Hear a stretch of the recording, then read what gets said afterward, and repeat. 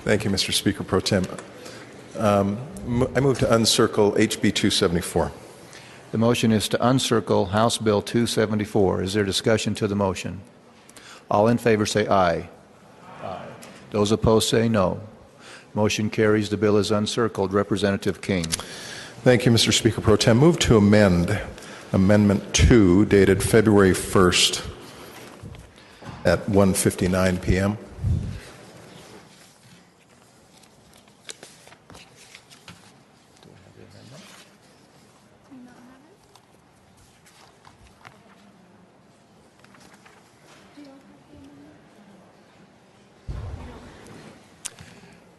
We don't have the amendment, Representative King. Has it been released? Should be on the system. Amendment 2. Amendment number 2. Yes. Here, I'll find it on here. I printed it out this morning, so I know it's been released.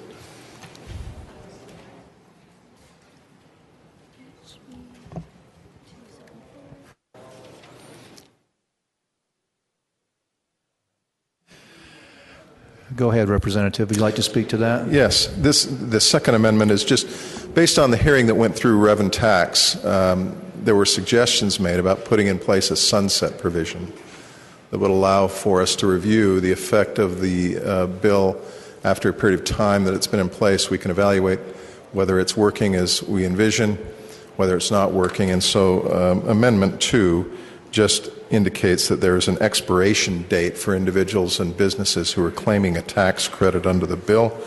The time frame for the tax credit will begin January 1st, 2013 and will end on December 31st, 2007. The bill drafters and Ledge Research tell me that that is how sunset provisions dealing with tax credits are routinely done. So we've put that in there to satisfy some of the concerns that were expressed at the committee. The motion is to amend Amendment number 2. So, Representative King, you stand in support of the Second Amendment? Yes. Thank you. I do. Representative Stannard. Mr. Speaker, sorry, mine was for the bill, not for the amendment, so I'll wait Okay. for now and speak to the bill. Further discussion to the motion to amend. Seeing none, Representative King for summation. I'll waive. Summation is waived. The motion is to adopt Amendment number 2. All in favor say aye. Those opposed say no. Motion carries. To the bill, Representative King. Thank you. This is a bill that, Mr. Speaker Pro Tem, this is a bill that I really think is a win-win circumstance. What we've got here is an opportunity to provide tax credits to business and entities and individuals who hire persons who have experienced a recent period of homelessness.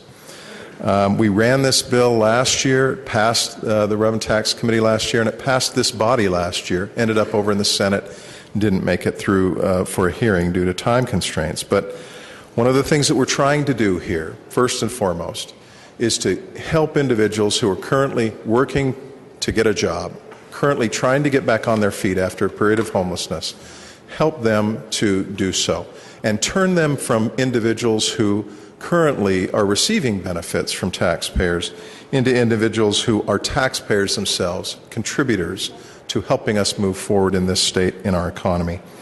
This is one of the important aspects of the bill. The bill provides for a $500 tax credit to an employer who hires an individual who is defined under the bill as homeless for every 6-month period that that individual works at least 20 hours a week.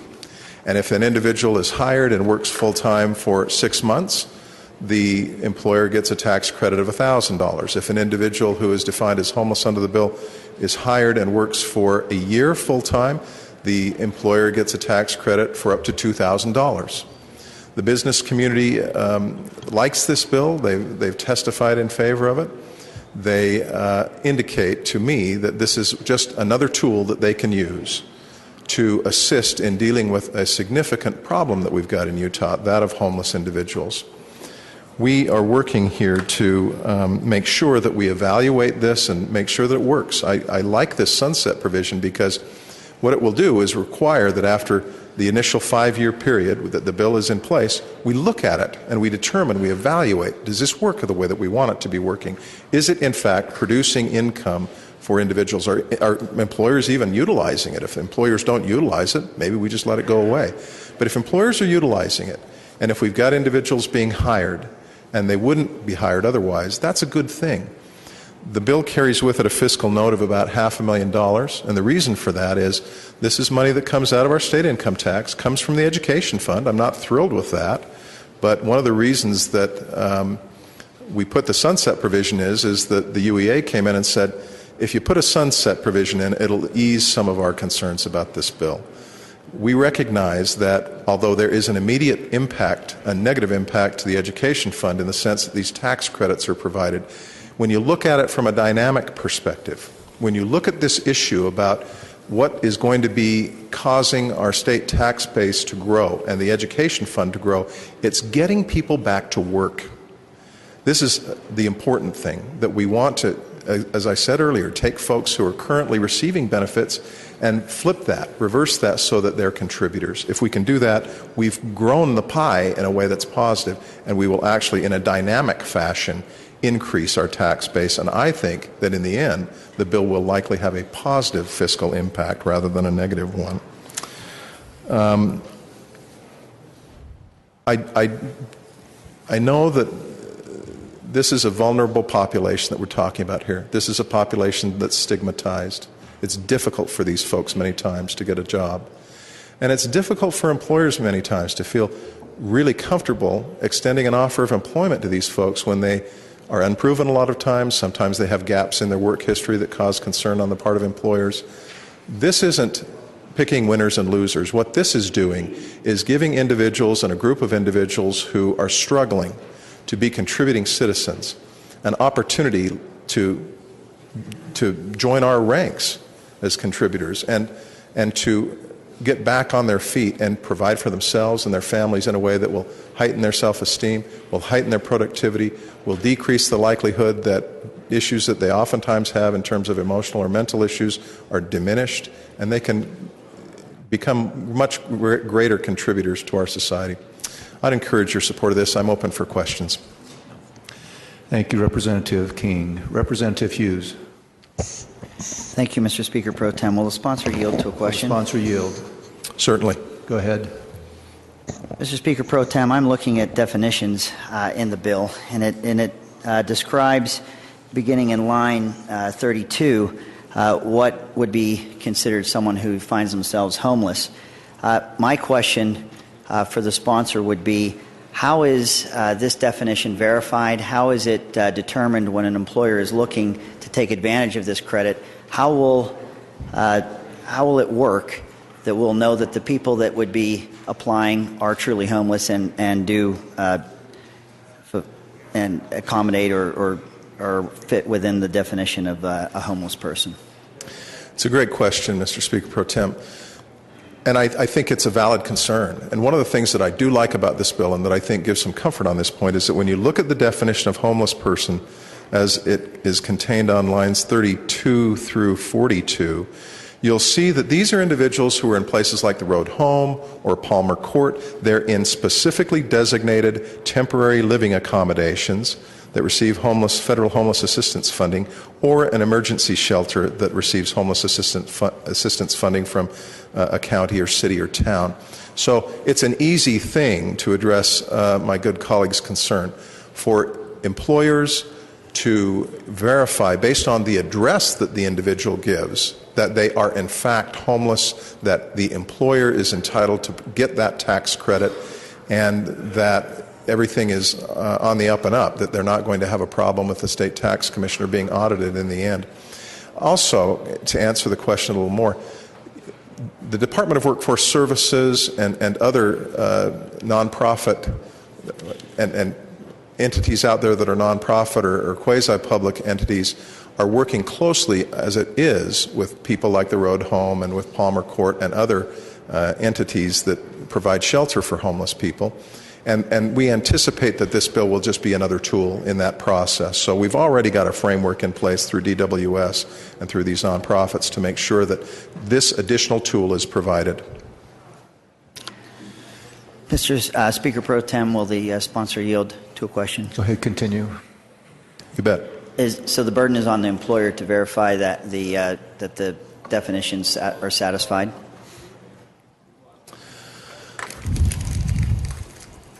Well, I think that a prudent employer would certainly want to know that the individual who comes to them and requests work is qualifying as homeless under this bill, and that the employer, if they choose to get a credit, will get that.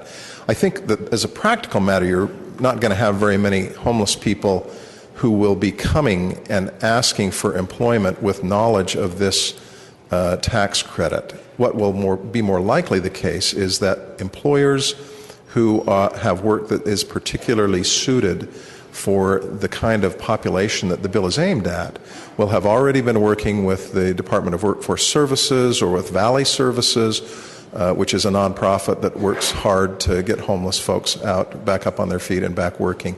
So I think what is more likely than not is that employers working with governmental agencies or nonprofits will already sort of have in place a method of having these individuals who qualify for the tax credit funneled to them.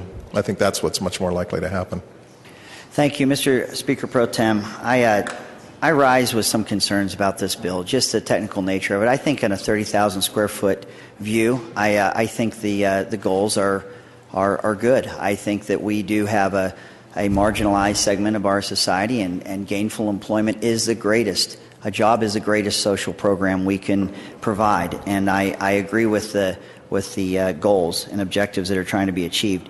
I worry about the specifics, the mechanics of something like this.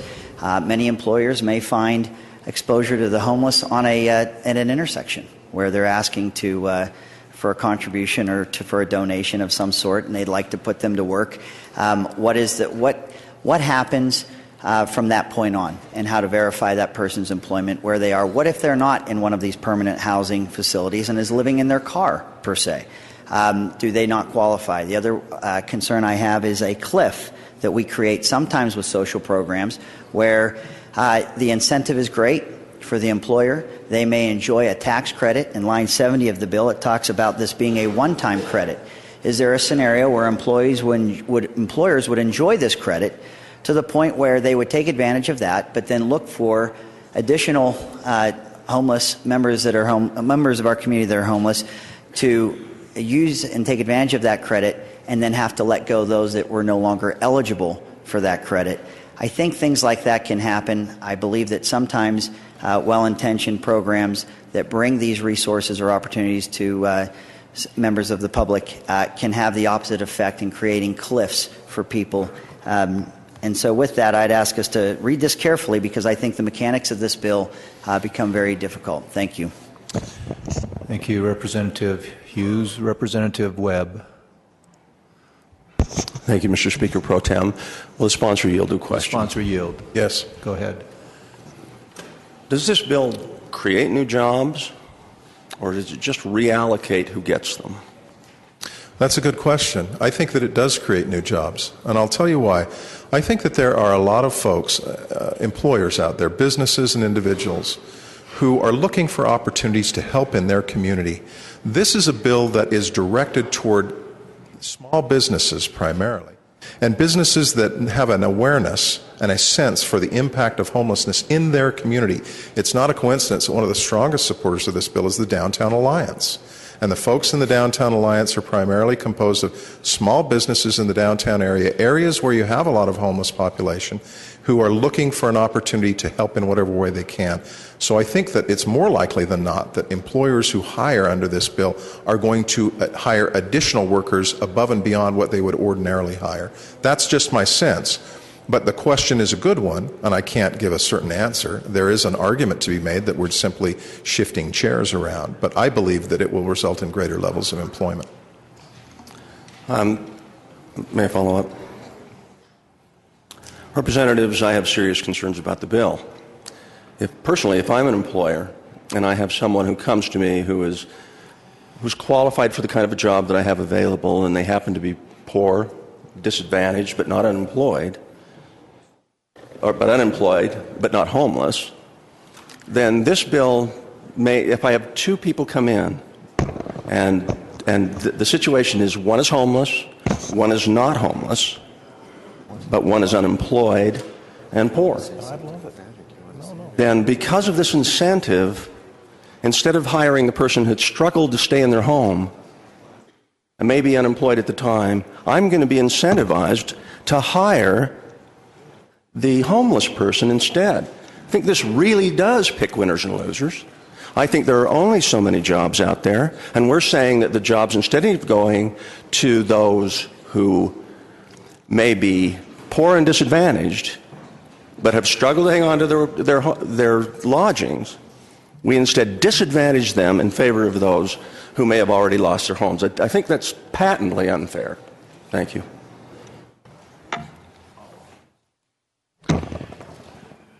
Representative Derek Brown.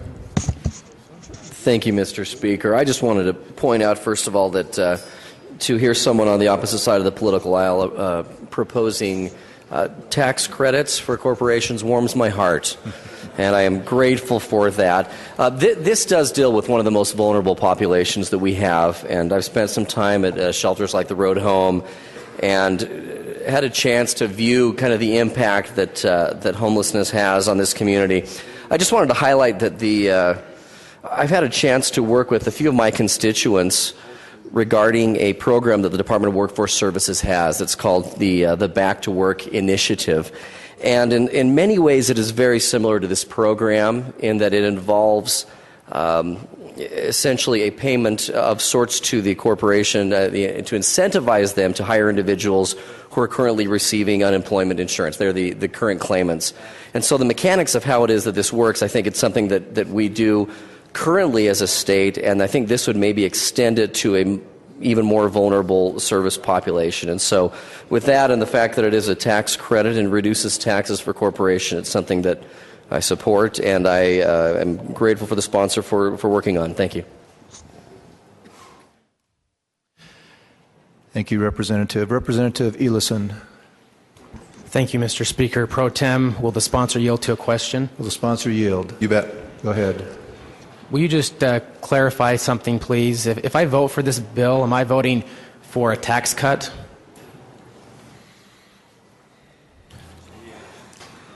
That's an unfair question.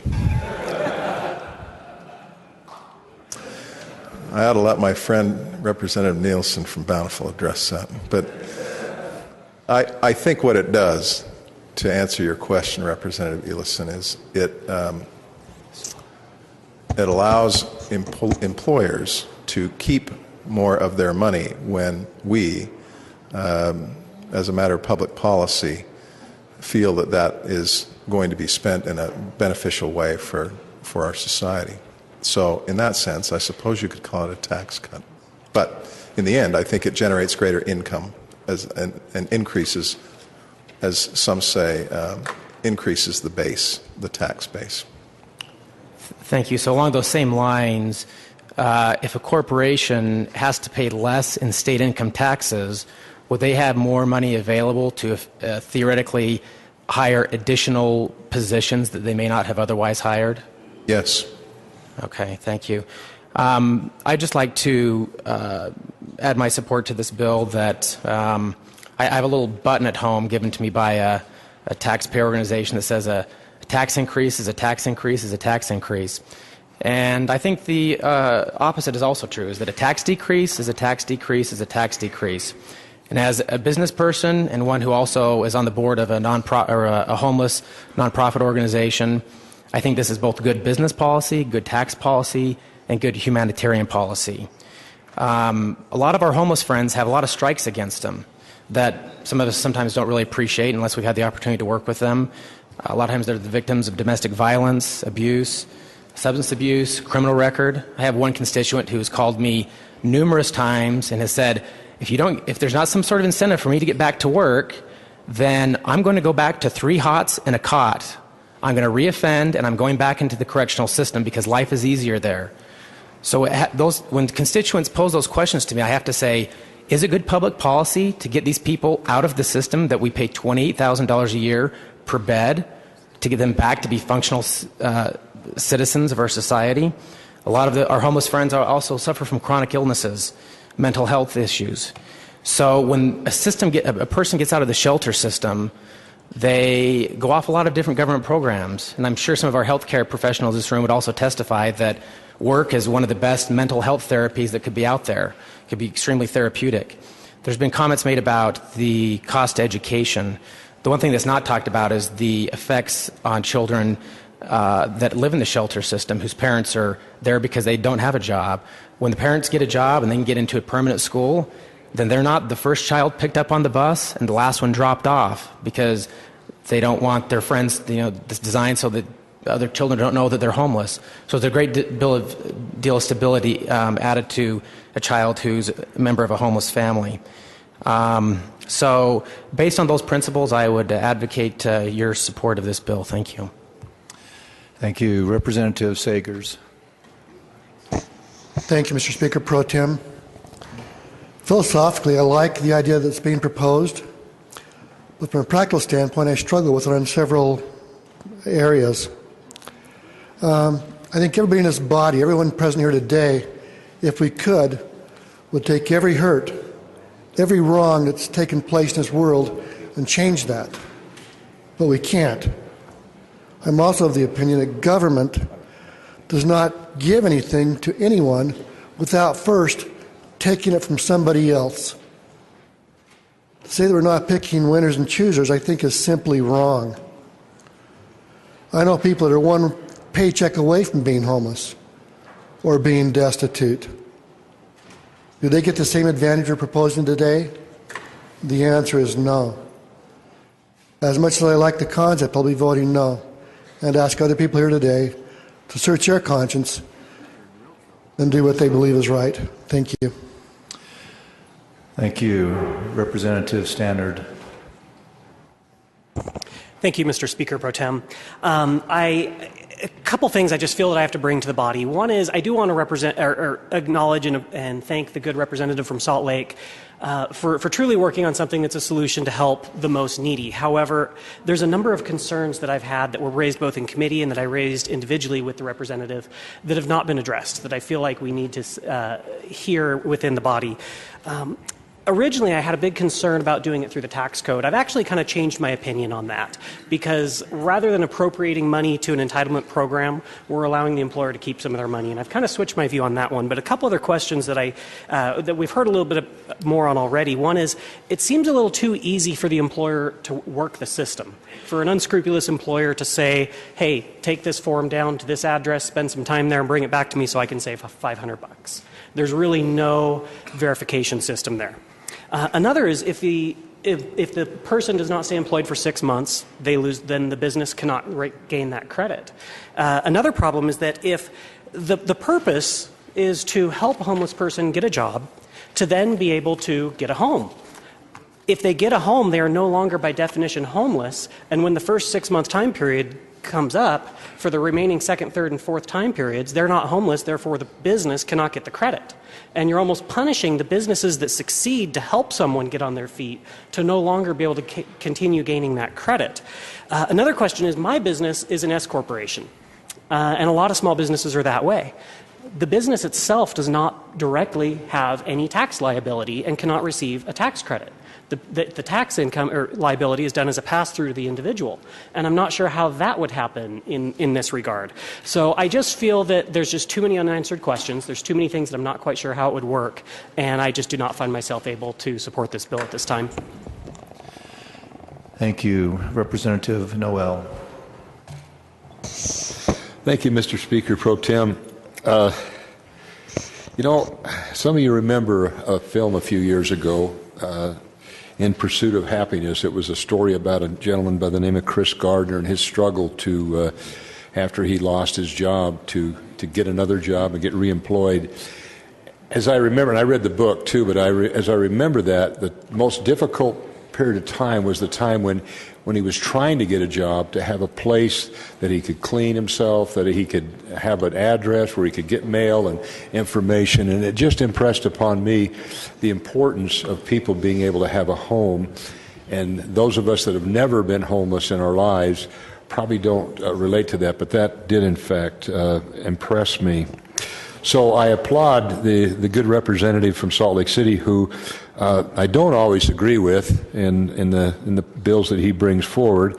And I did talk to him about this bill, but a couple of things that I heard him say was by providing jobs, this will increase the tax base so that we'll in fact gain from this, that there will probably be a net income to the school children of the state of Utah and to the general fund, or to the Uniform School Fund. Also, I talked to him a little bit about social engineering. Is this social engineering? And I thought about that in terms of some of the things in the farm community and the incentives we get for 179 deductions and other things that we do that increase our likelihood that we would buy equipment and improve our production capabilities, and thought, well, there's some things that we do that are somewhat social engineering in nature, and so I thought about that too. But the most important part of this bill is this, that when we can get good representatives, by the representative from Salt Lake, to be able to step up to the plate and recognize that some of the things that they've thought in the past may have been a little bit incorrect, and that they're actually coming down the path to understand that we are now able to create jobs through incentivizing businesses, and not by just taxing more and trying to provide more taxes, but by this method we can in fact generate more income for the state and more income for school children. And that's why he's made this small step. And I think we got to help him to see the light and go a little bit farther. So we should support this in an efforts to see that he'll come back on our side. Thank you. Thank you, Representative Noel. Representative Ray. Thank you, Mr. Speaker Pro Tem. I move previous question. The previous question has been called, has the effect of ending debate. All in favor say aye. Aye. Opposed say no. Motion carries. Representative King for summation. Thank you, Mr. Speaker Pro Tem. I appreciate the dialogue that we've had. This is a bill that's gotten a fair amount of comment. We had a long and good discussion in the Revenue and Taxation Committee about this, with a number of folks testifying on both sides. There have been some concerns raised about the mechanics of the bill. I feel comfortable with the mechanics of the bill in terms of providing a framework to ensure that neither the homeless nor those who are hiring the homeless are likely to abuse the tax credit. I mean, we've got audits in place. We have an existing framework within which the Department of Workforce Services and others within the community work to line homeless folks up with employers. This is an experiment to some extent, and in fact, I'm not aware of any other state in the country that's provided these kind of tax credits, and I'm excited about the idea, and I know that people who have been working with me on the bill are excited about the idea that we can be a leader in the area of creatively moving forward to do what we can to ensure that individuals who are trying to get back on their feet, trying to get jobs, are able to do it. It's just another tool in the toolbox. We already in Utah, through the Department of Workforce Services and others, do tremendous work in assisting the homeless to get back on their feet. This is just one additional tool. Let's see how it works. The nice thing about the sunset provision is we will be able to look at it at the end of the 5-year period. If it's being abused in some fashion, we'll know that. If it needs to be tweaked in some fashion, we can do that to make it more effective. But let's not allow the concerns that have been raised to keep us from moving forward in a positive way here. There's been concern about whether this picks winners and losers. If we were dealing with a level playing field, Mr. Speaker Pro Tem, I would have sympathy for that argument. But we're not. We're dealing with a population that is stigmatized. We're dealing with a population that's struggling. A lot of things are going on in their life that oftentimes are making it very difficult for them to get back on their feet. But this bill, if it goes through, is just one other way that we can reach out to those who are the least among us to help them in a fashion that I think is a very positive way. Just in conclusion, working there was a comment made, I think, by my good friend from Sandy about the importance and the benefit that comes from working. I believe that to my core. In my regular work, I represent day in and day out individuals who have had their disability benefits denied from their health insurers. It's devastating to them to not be able to do what they've been trained to do, what they'd like to do. This bill has the potential to increase the likelihood that we're not just going to help people get back on their feet, but that we're going to improve them mentally, emotionally, behaviorally. And those are oftentimes the types of things that are preventing them from having homes in the first place. So I think that this idea of enhancing, increasing the possibility of people being able to work to provide for themselves and their families strikes at the very core of what it is to be an American and what we are as Utahns. We value that whole the idea of being able to work very much. It's very important to us, and I'd encourage your support for this bill and ask you to vote it out, and let's see if we can put this in place and make some improvement in these folks' lives. Thank you, Representative King. Voting is open on House Bill 274.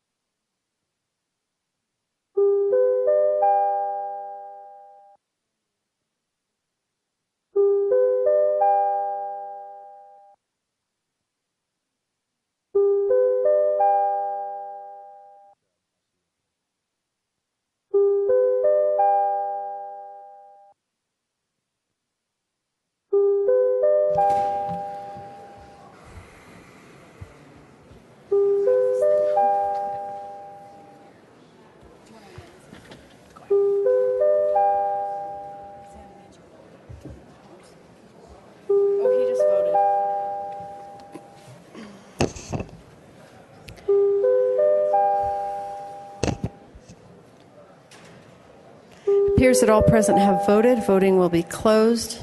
House Bill 274, having received 41 yes votes, 23 no votes, passes the House, will be transmitted to the Senate for its consideration.